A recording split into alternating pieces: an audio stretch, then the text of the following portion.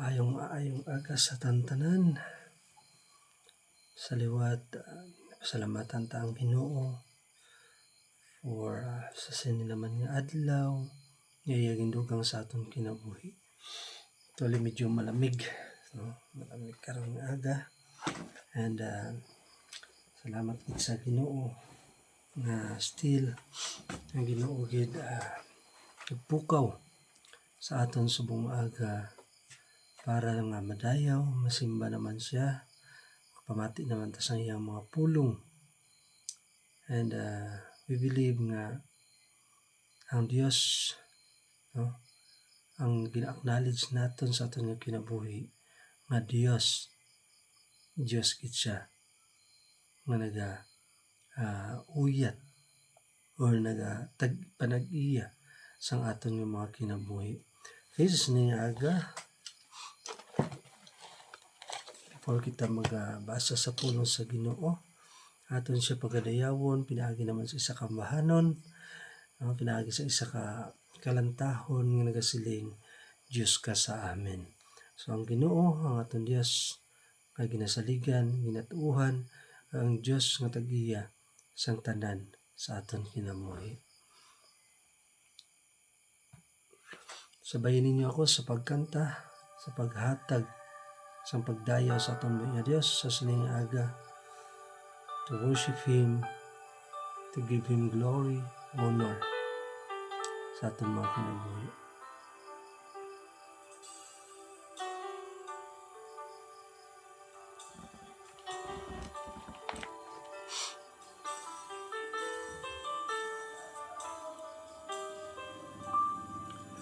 O Diyos, Ikaw ang tunay na dakila sa mundo. Ikaw ang haring nagmahal ng tulad ko. Ginawa mong lahat, pag-ibig mo ay tapat at wagas. O Diyos, walang papantay sa kabutihan mo. Ang ngalan mo itataas sa buhay ko. Sundin ang loob mo, iparinig ang nais mo.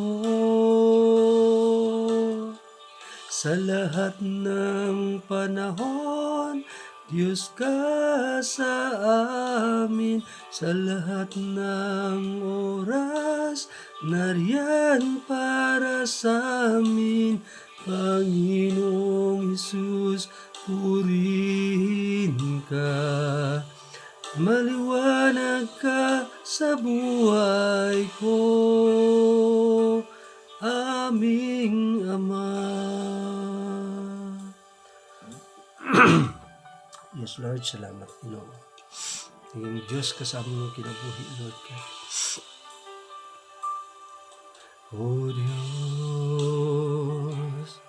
Ikaw ang tunay na dakila sa mundo. Ikaw ang haring nagmahal ng tulad ko.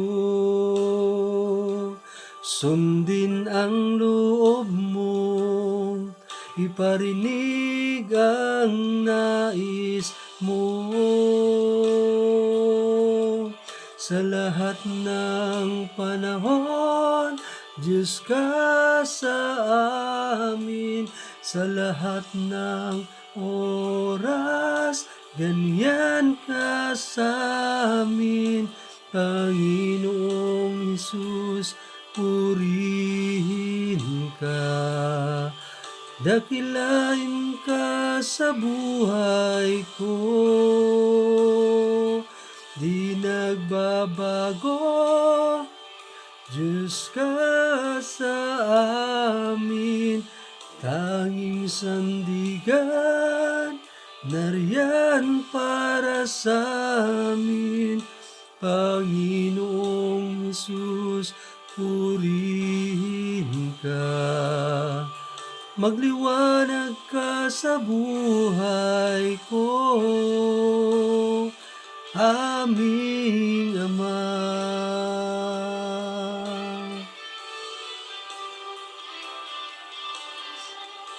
Lord, we entrust you everything. Ikaw ang Diyos na among ginadayaw, among ginasimba, Diyos ng labing gamhanan. Thank you, Lord. Sa imo Ginoo, mapagkagamhanan. Salamat sa imo katutong, Ginoo. Sa lahat ng panahon, Diyos ka sa amin. Sa lahat ng oras, nariyan para sa amin. Panginoong Jesus, purihin ka. Dakilain ka sa buhay ko. Di nagbabago, Diyos ka sa amin. Tanging sandigan, nariyan para sa amin. Panginoong Jesus, maghari ka. Magliwanag ka sa buhay ko, aming Ama. Amen. Salamat gid sa Ginoo. Thank you for the word of song, no? Sa isa kang bahanon na nagapahibalo na ang Diyos ang hari. Ang Diyos, amugid ang Diyos sa aton kinabuhi.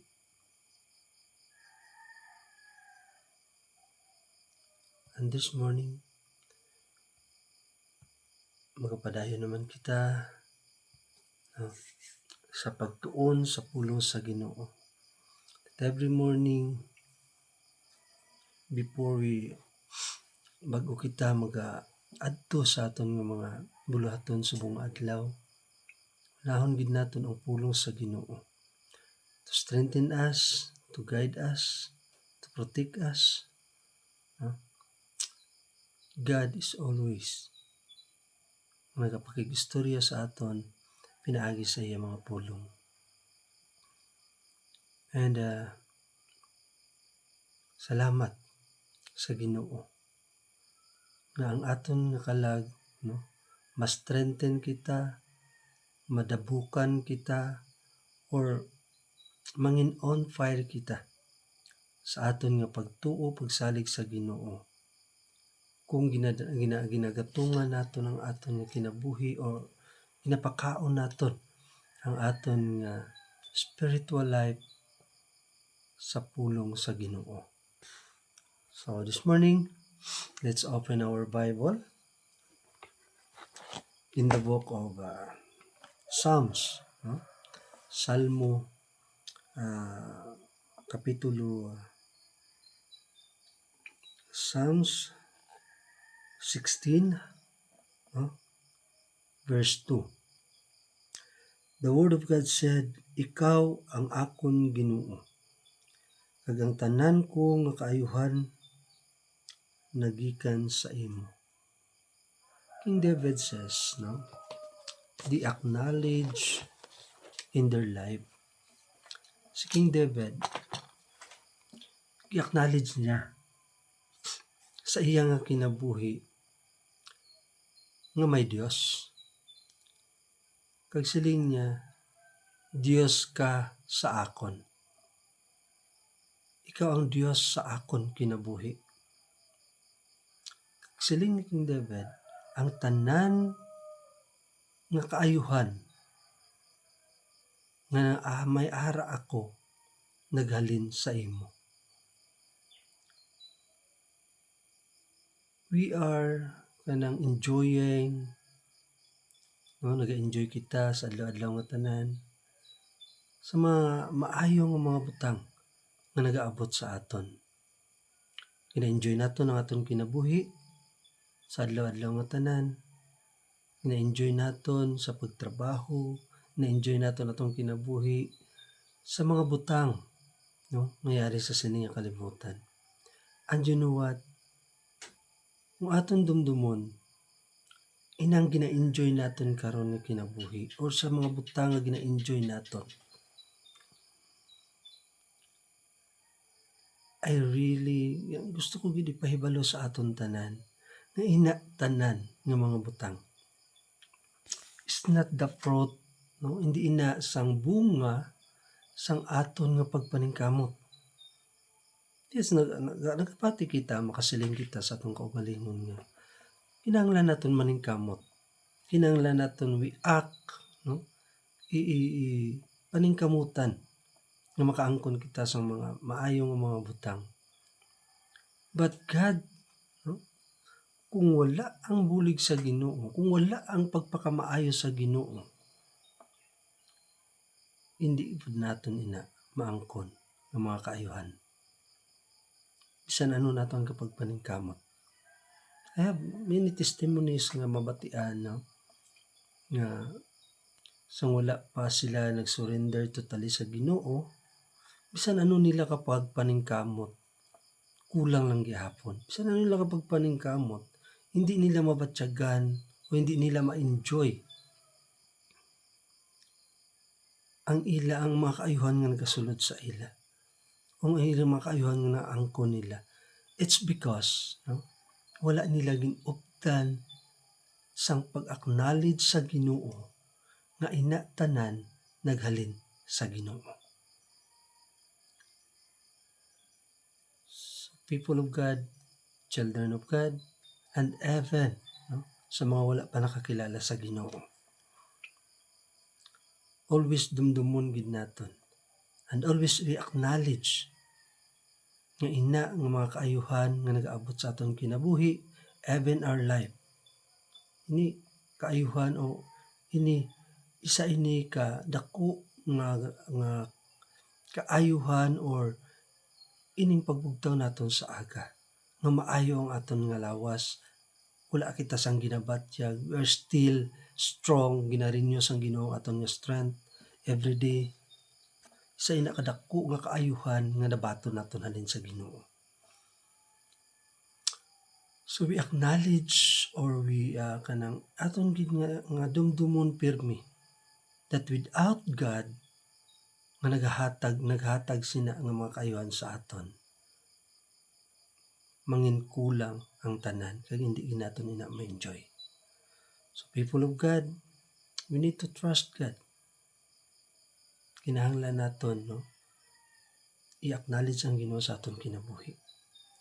Nga may ara kita sang Dios, ang Dios naton malabing gamhanan, ang Dios naton nga pinaagi through Jesus Christ. We have a relationship sa aton dako nga Ginoo. Salamat this morning and God bless sa aton tanan.